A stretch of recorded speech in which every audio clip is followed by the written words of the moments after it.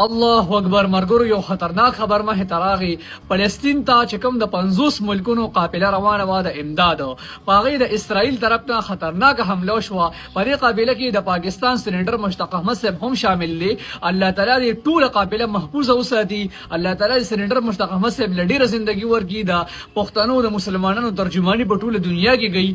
ټول په کمنټس کې امین ولیکئ. دې وخت کې د غزا طرف ته چې کوم دی د قافله روانه شوې وه د تیونس نه او ډېره لږه فاصله ورته پاتې وه. په دې کې د 50 ملکونو خلک دي، د مختلف مذاهبو سره تعلق دی، مسلمانان دي، سیکان دي، عیسایان دي.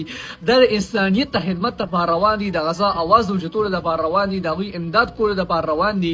نو په دې باندې د اسرائیل طرف نه په لاره کې په سمندر کې دننه حمله شوې ده. دې وخت کې پوره معلومات دي راغلي چې څومره پکې خلک پکې زخمیان شوي دي یا نه زخمیان شوي، څه قسمه حالات دي. ټول وروسته خبره وه، خو الله تعالی دې وکړي چې هر یو کس چې کوم دی کې بچ پاتې شوي وي او هېڅ قسمه نقصان پکې یو کس ته هم نه وي رسېدلی، ځکه چې دا د انسانیت ته خدمت لپاره روانه ده.